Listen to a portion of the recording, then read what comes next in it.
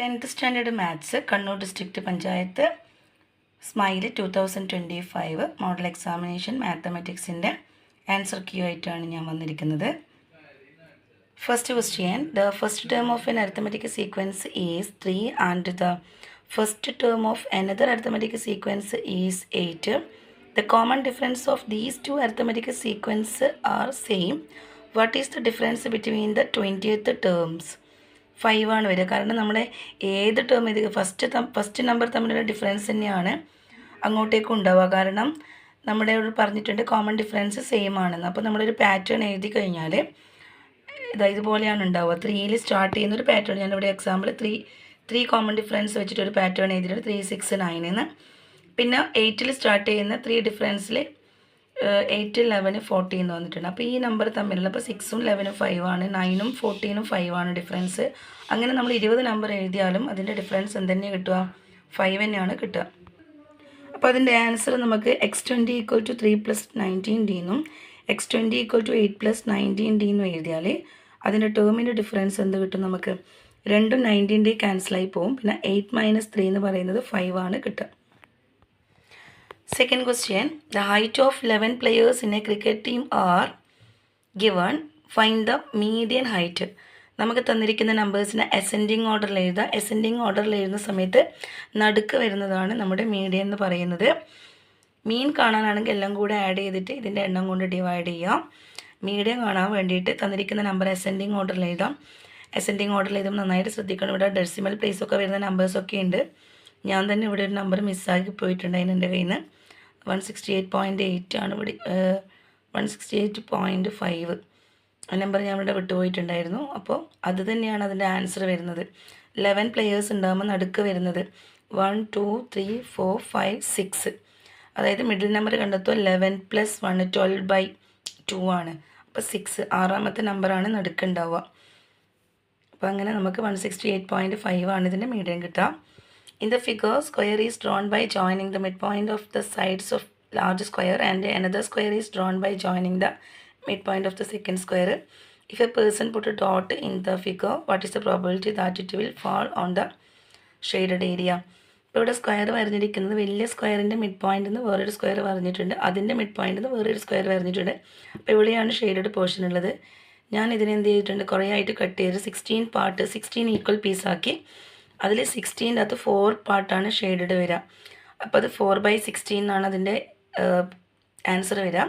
4/16 എന്നുള്ളതിനെ 1/4 എന്ന് പറയാം. ടോട്ടൽ 16 ട്രയാങ്കിളിൽ 4 ട്രയാങ്കിളാണ് ഷെയ്ഡ് ചെയ്തിട്ടുള്ളത്. അതുകൊണ്ടാണ് 4/16 എന്ന് പറയുന്നത്. അതിനെ നമുക്ക് ഷോർട്ടാക്കി 1/4 എന്ന് വരും. If P of x = x² - 5x + 6, P of 1 എന്ന് പറയുമ്പം എക്സിൻ്റെ എടുക്കുക 1 ഇട്ട് കൊടുക്കുക. 1² - 5 × 1 + 6 വരും. ആൻസർ 1ഉം 6ഉം 7 - 5 = 2 കിട്ടും. Right polynomial whose factor is x - 1. ഇതിപ്പം നമുക്ക് P of 1 2 കിട്ടും.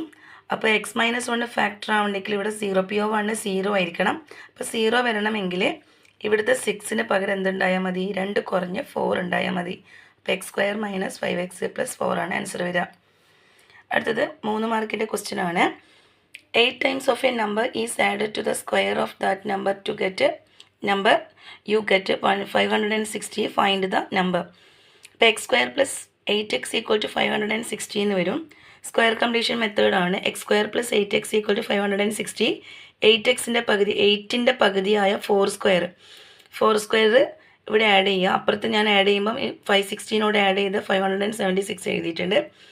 അപ്പോൾ ഇത് നമുക്ക് x + 4² എന്നാണ് വരിക. അപ്പോൾ x + 4 = √576 വരും. x + 4 = ±24 ആണ്. അതിൽ x = 20 വരും, x = -28 വരും. അങ്ങനെയാണ് രണ്ട് ആൻസർ ഉണ്ടാവുക. Draw A circle of radius 3 cm. Mark A point P which is 7.5 cm away from the center of the circle. Draw tangent from P to the circle.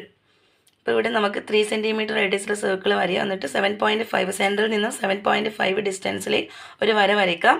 എന്നിട്ട് ആ ലൈനിന് പെർപെൻഡിക്കുലർ ലൈൻ വരയ്ക്കുക. Perpendicular line meet ചെയ്യുന്ന mid point വെച്ചിട്ട് എന്ത് ചെയ്യാം? Circle വരയാം. Circle വരഞ്ഞു കഴിഞ്ഞിട്ട് നമ്മുടെ ആ പുറത്തു നിന്നുള്ള പോയിന്റിൽ നിന്ന് നമ്മൾ സർക്കിൾ മുട്ടുന്നിടത്തേക്ക് സാധാരണ ടാൻജൻറ്റ് വരയുന്നത് തന്നെ അതിൻ്റെ മെഷർ അളന്ന് നോക്കാം. അപ്പോൾ നമുക്ക് ഡി എന്ന് പറയുന്നത് 7.5 ആണ്. അതുപോലെ തന്നെ റേഡിയസ് 3 ഉള്ള ഒരു പിക്ചേഴ്സ് വരയാം. ആദ്യം 3 സെൻറ്റിമീറ്റർ ഉള്ള സർക്കിൾ വരയാം. എന്നിട്ട് ഇവിടുന്ന് 7.5 എടുക്കുക. കോമ്പസ് ഇവിടെ വെച്ചിട്ട് ഈ ഇത്രത്തോളം ഒരു മുക്കാൽ ഭാഗത്തുള്ളടത്തിന് മുകളിലും താഴെയും ഇവിടെ വെച്ചിട്ടും ഇങ്ങനെ മുകളിലും താഴെയും ആർക്ക് വരഞ്ഞിട്ട് ചില പെർപെൻഡിക്കുലർ വരിക. പിന്നെ ഇവിടെ വെച്ചിട്ട് എന്ത് ചെയ്യുക, ഇവിടെ കോമ്പസ് വെച്ചിട്ട് സർക്കിൾ വരിക. സർക്കിൾ വരഞ്ഞിട്ട് ഇവിടെ മുട്ടുന്നെടുക്കുന്ന എന്ത് ചെയ്യുക, ഇവിടെ നിന്ന് ഇങ്ങോട്ടേക്കും ഇവിടെ നിന്ന് ഇങ്ങോട്ടേക്കും ഒരു ടാൻജൻ്റാണ് ഇവിടുത്തെ ഈ മുട്ടുന്നിടത്തേക്കും ജോയിൻ ചെയ്യുക.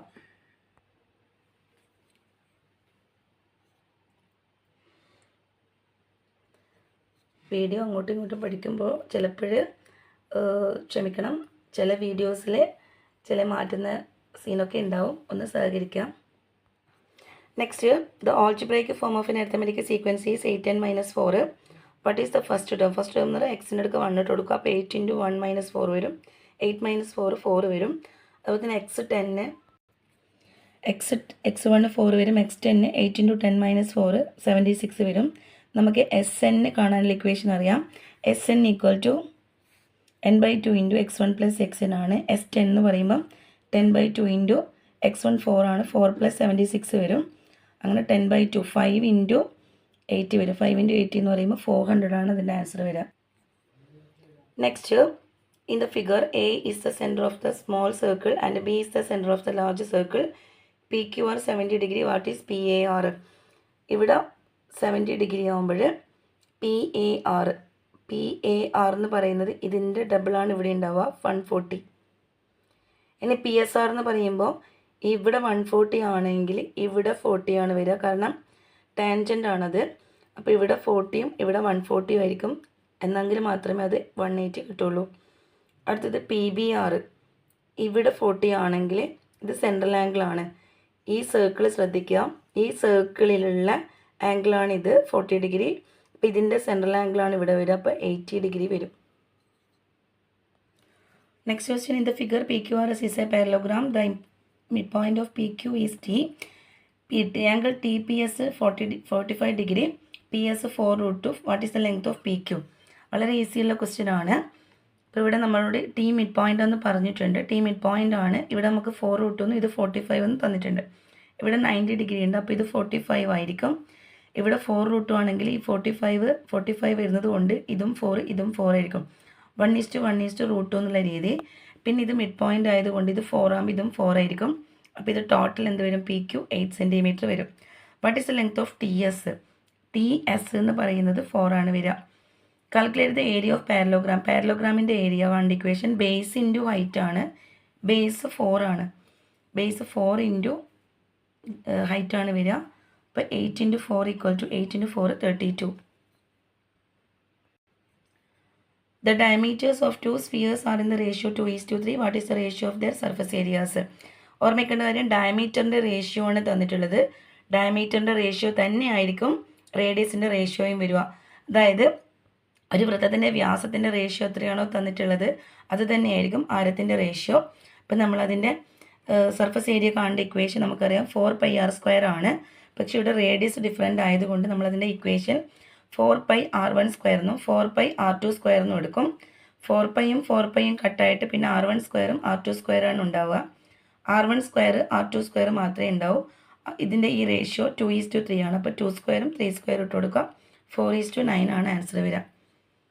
11th വരെയുള്ള ക്വസ്റ്റ്യൻ ആയിരിക്കും അടുത്ത വീഡിയോ ഒക്കെ വരാം. അതുവരേക്കും ബൈ.